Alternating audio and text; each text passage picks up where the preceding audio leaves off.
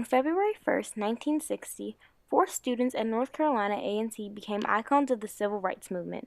Franklin McCain, Joseph McNeil, Azell Blair Jr., and David Richmond sat peacefully and refused to move until they were served, as they started one of the first sit-ins in the nation, effectively working to desegregate F.W. Woolworths.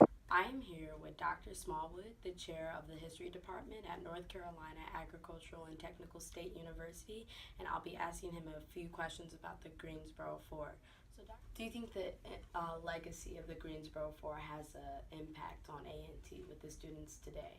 Oh, definitely. I personally think so. Now you'll have to ask students to to really know for sure, but I think that for most students, they're proud of that history and that heritage.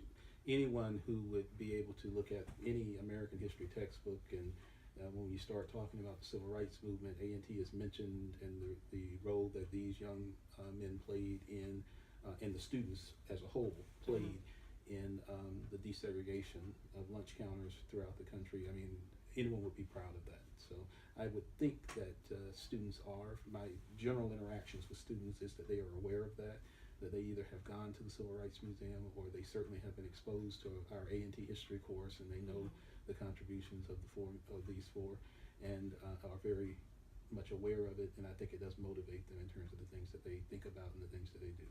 Right. Do you think that another legacy could come from A&T? Oh, without a doubt. Yeah, definitely.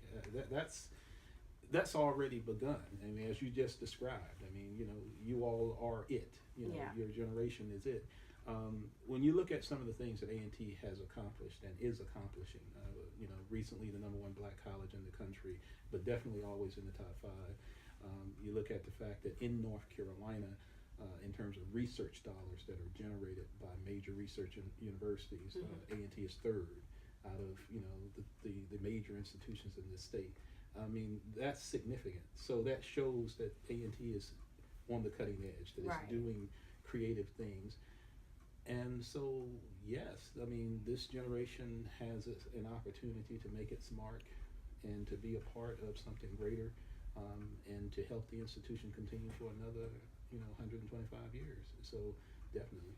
All right, awesome. Thank you so much for your time, Dr. No, Smallwood. you're welcome. Thank you so much. Yeah, okay, very good.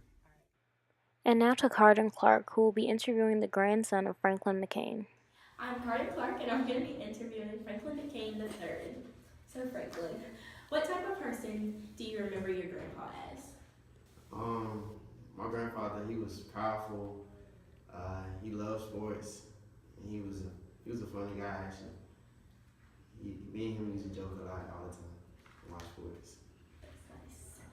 Do you feel pressure to be great because of him? Nah, not really, because I already strive for greatness anyway, so it's not too much pressure. You're doing a good job. Good job. What type of impact did your grandpa have on your life? He played a big role in my life. He taught me to stand up for what I think is right and be brave. And education, get my education. Make sure I get my education. Do you want to leave a legacy as well? Yes, I love to leave a legacy, passed down to my children. Franklin Four. Thank you, Franklin McCain III. Have a good day.